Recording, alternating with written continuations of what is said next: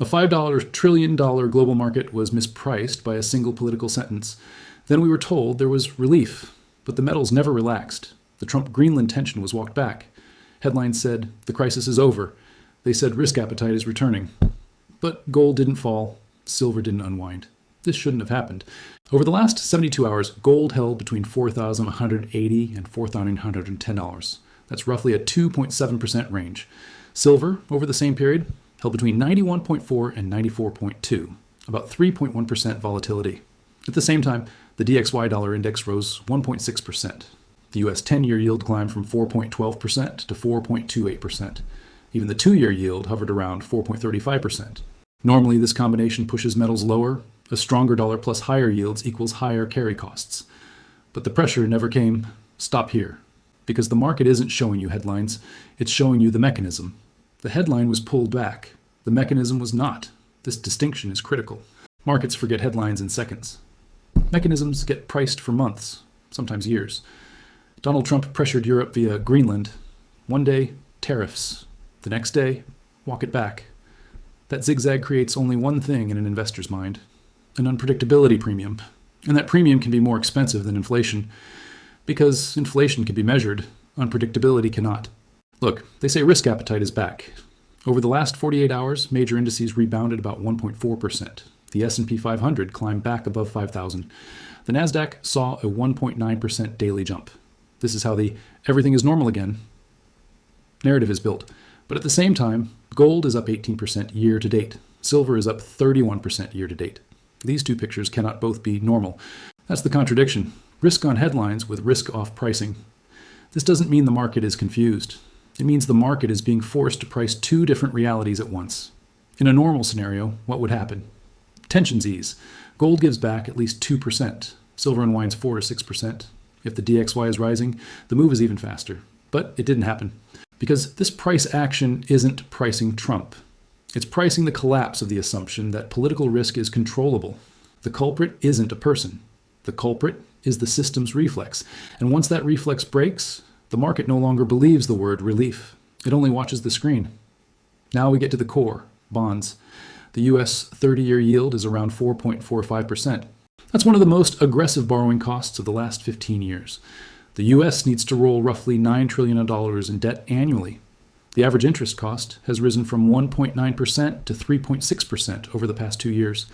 That difference means an extra $200 billion per year added to the budget. These numbers don't disappear because the agenda changed. A tweet can be withdrawn, a statement can be corrected, but debt cannot be fixed that way. Debt generates interest every single day, and interest operates independently of politics.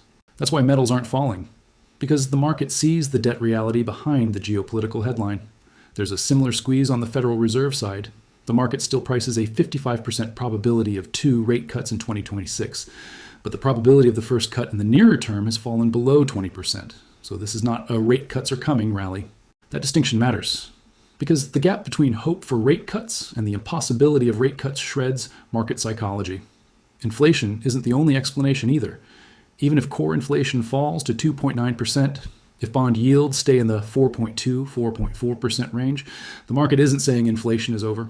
It's saying financing is expensive.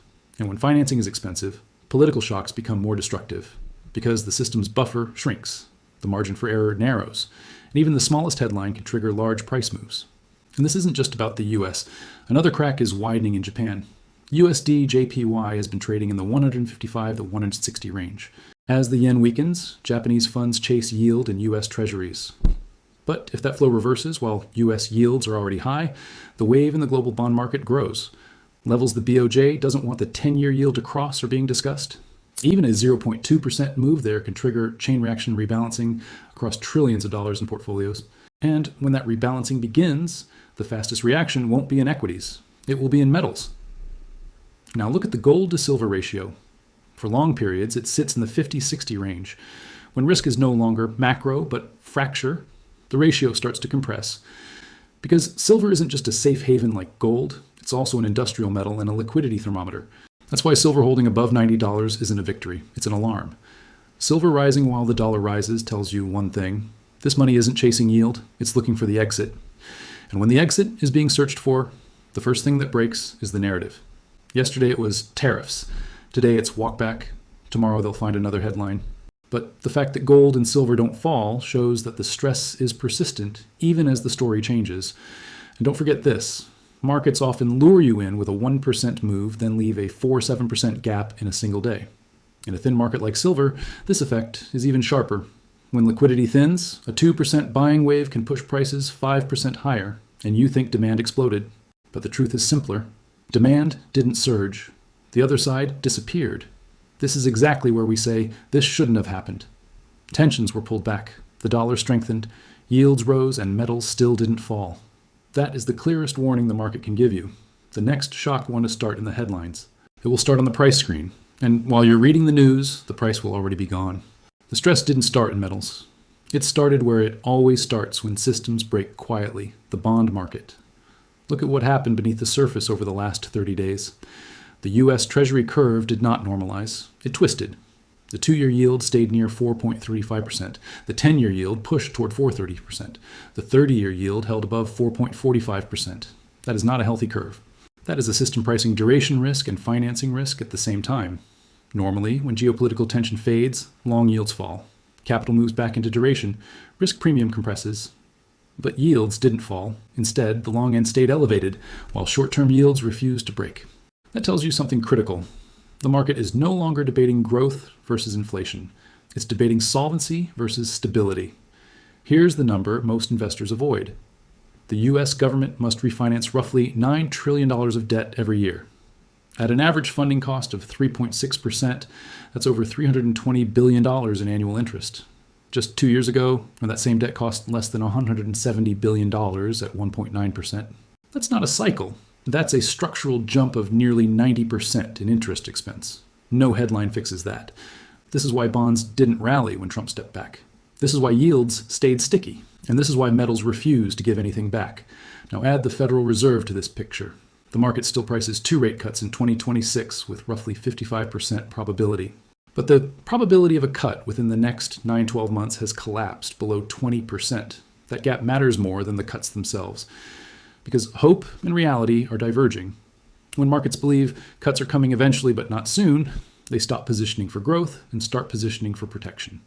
That's where gold and silver live. Look at real rates. Even with inflation easing toward 2.9%, real yields remain positive. In theory, that should crush metals, but theory is breaking. Because real yields don't matter when trust yields disappear. This is where psychology flips. For decades, investors believed treasuries were the ultimate shock absorber. Now they're questioning whether treasuries are becoming the shock amplifier. A 1% move in yields today creates more damage than a 2% move did a decade ago. Why? Because leverage is higher, debt is larger, and margins for error are thinner. That's why metals are acting the way they are. Gold isn't responding to inflation. Silver isn't responding to industrial demand. Both are responding to liquidity fragility. And silver always speaks louder. Silver is a smaller market. Daily liquidity is thinner. When counterparties step away, price doesn't drift, it jumps. That's why a 2% imbalance can produce a 5 to soon to 7% move in days. Not because demand explodes, but because supply vanishes. Now connect this to Japan. The USD JPY exchange rate sitting between 155 and 160 is not a currency story. It's a bond story. Japanese institutions hold trillions in foreign bonds. They tolerate currency weakness as long as yield differentials compensate them. But when US yields stop rising and volatility increases, that equation breaks. A 0.2% move in Japanese government bond yields can force reallocations across 1 to 2 trillion in portfolios. That kind of flow doesn't announce itself. It leaks. And when it leaks, metals feel it first. Because metals are the asset class with no counterparty. No promise, no rollover risk, just price. Gold reflects fear. Silver reflects stress plus liquidity distortion. Now look at the gold to silver ratio again. Historically, during calm periods, it sits near 60. During inflationary booms, it widens toward 70. But during structural stress, it compresses toward 40 to 45. We're not there yet. But the direction matters more than the level. Compression doesn't begin when panic hits. It begins when denial fades. And denial is fading. Because markets are realizing something uncomfortable, there is no clean exit. Cut rates too early, and the dollar weakens while inflation resurfaces. Hold rates too long, and debt servicing tightens liquidity further. Either path supports metals. This is the trap. And this is why price action looks wrong. Gold not falling is not bullish euphoria. Silver not correcting is not speculative excess. It's positioning for a future where volatility becomes permanent. And permanent volatility destroys narratives faster than it destroys capital. This is where most investors make their mistake. They wait for confirmation. They wait for headlines. They wait for the Fed. But by the time confirmation arrives, price has already adjusted 5 to 10%. That's how this always works. In the next part, we're going to push deeper into the most dangerous assumption still left in the market, that the Federal Reserve can still stabilize outcomes. Because if that assumption fails, gold and silver will reprice the entire system. The most dangerous assumption still sitting inside global markets is this, that the Federal Reserve can still control the outcome. Not volatility, not headlines, the outcome. That assumption used to be reasonable. It no longer is. Look at the numbers the Fed is trapped between. U.S. nominal GDP growth is running near 5 to 6%. Federal debt is expanding at roughly 7 to 8% annually. Meanwhile, the average interest cost on that debt has climbed from 1.9% to 3.6% in just 2 years. That spread matters. When debt grows faster than the economy and interest costs grow faster than revenues, policy stops being proactive and becomes reactive. This is where central banks lose control quietly, not in crises, but in transitions. The Fed's balance sheet peaked above $9 trillion. It has been reduced by roughly $1.4 trillion so far. That's less than 16% of the expansion. Quantitative tightening exists on paper, but the system is still saturated with liquidity built during zero-rate years. Now combine that with rates. The policy rate sits above 5%, but financial conditions are uneven. Large institutions can refinance, smaller entities cannot. Consumers feel pressure at 7 to 9% mortgage rates, while governments roll debt at 4 or 5% and rising. This asymmetry creates stress pockets, and stress pockets always leak into markets that trade continuously, like metals. Here's where psychology breaks. The Fed says it's data dependent. Markets here, we are late. Inflation slowed from 9.1% to under 3%, but services inflation remains sticky above 4%. Wage growth is still running near 4.2%. Cut too early, and inflation credibility collapses. Wait too long, and financing stress accelerates. This is not a soft landing. This is a narrow corridor with no margin for error.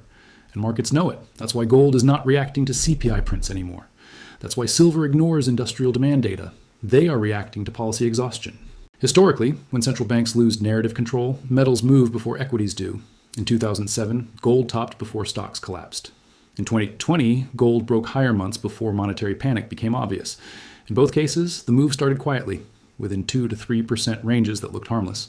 We are in that phase again. Silver is the tell. Global annual silver supply is roughly 1 billion ounces. The paper market trades multiples of that every week. When confidence in settlement weakens, price gaps appear. A $2 move in silver today represents over 2%. During stress, that can become 6 to 8% in days. And that's without news. Now look at positioning. Large funds remain underweight precious metals relative to history. Gold allocations are still below 5% in many balanced portfolios. Silver allocations are often below 1%. This means the move so far has not been driven by crowding. It has been driven by avoidance of duration, avoidance of counterparty risk, avoidance of promises.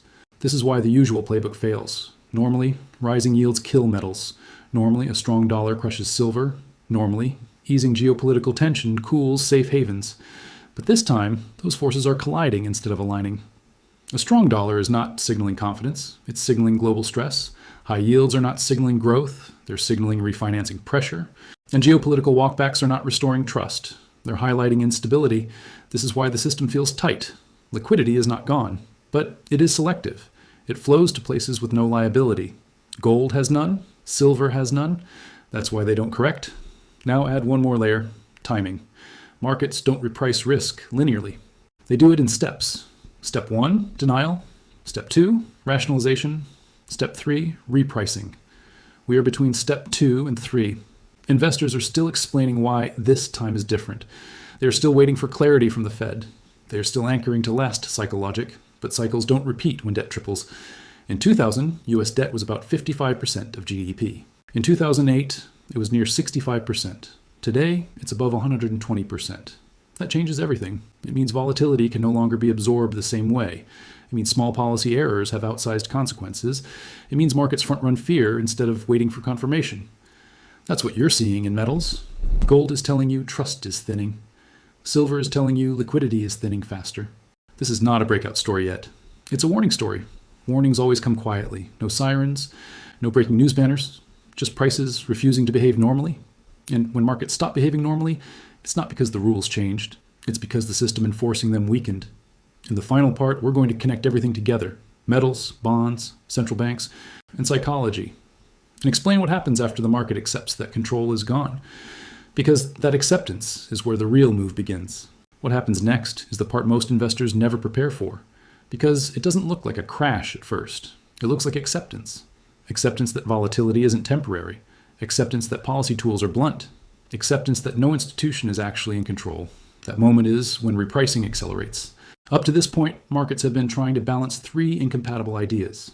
Rates stay high, debt stays serviceable, and growth stays intact. That balance cannot hold. The math breaks first. At current levels, a 4.3 or 4.5% long-term funding cost means the U.S. government adds roughly $1 trillion in debt every 10 to 12 months. Even a modest 1% increase in average funding cost compounds into hundreds of billions over a decade. This is why policy credibility matters more than policy direction. Markets can survive bad news. They cannot survive uncertain enforcement. When investors stop believing that central banks can smooth outcomes, they stop optimizing for returns and start optimizing for survival of capital. That's the shift you're watching. Historically, this shift shows up in three places before anywhere else: precious metals, short-term funding markets, and currency volatility. We already see all three. Gold has stopped reacting to good news. Silver has stopped respecting resistance. Currencies are no longer anchored to interest rate differentials alone. That's not bullishness. That's dislocation. Look at how quickly price behavior changes once this phase begins. A market that used to move 0.5 to 1% per day suddenly moves 2 to 3% without explanation. Gaps replace trends. Liquidity disappears between price levels. In silver, this effect is amplified. The physical market is thin. The futures market is leveraged. When positioning shifts, the move doesn't ask permission. A 3 or 4 move in silver now represents 4, 5, 6%. In stress environments, that can happen overnight. And once it happens, participation changes. Late buyers don't enter calmly, they chase. That's when metals stop being hedges and start being signals. But the real inflection point comes when institutions are forced to react. Most large portfolios are structured around assumptions that no longer hold: that bonds hedge equities, that liquidity appears when volatility rises, that central banks will intervene decisively. When those assumptions crack, portfolios rebalance mechanically. A 1 to 2% shift in allocation toward non-liability assets may not sound dramatic, but across trillions of dollars it is. That's how quiet phases turn into violent repricing. And this is where timing matters. The biggest mistake investors make is waiting for clarity. Clarity arrives after price. By the time volatility is obvious, metals have already moved 10, 20%. By the time the narrative changes, the opportunity is gone. This isn't about predicting collapse. It's about recognizing constraint. Central banks are constrained. Governments are constrained. Markets are constrained by leverage built over decades. Constraints don't break loudly, they tighten. Then they snap. That snap doesn't announce itself with sirens. It shows up as a market that no longer behaves. Gold refusing to fall is one of those behaviors. Silver refusing to correct is another. They are not leading a rally. They are leading a repricing of risk. And repricing doesn't stop because someone says stability is returning. It stops only when balance sheets adjust. That adjustment is slow at first, then sudden. Investors who understand this don't wait for confirmation. They watch behavior. They watch what doesn't happen. Gold didn't fall. Silver didn't unwind. Yields stayed high. The dollar stayed firm. That combination shouldn't exist. And when something that shouldn't exist persists, it's not noise. It's a message. The message is simple. The system is operating with less margin than people think. And systems with thin margins don't fail evenly. They fail asymmetrically. One market holds, another gaps. One asset freezes, another reprices violently. That's why the next move won't look coordinated. It will look confusing. And confusion is where most investors hesitate. The next phase won't be driven by headlines. It will be driven by positioning stress, liquidity gaps, and forced decisions. By the time it becomes obvious, prices won't be asking. They'll already be there. That's the moment markets always choose. Not when everyone is afraid, but when everyone finally realizes they were late. And that realization never comes quietly.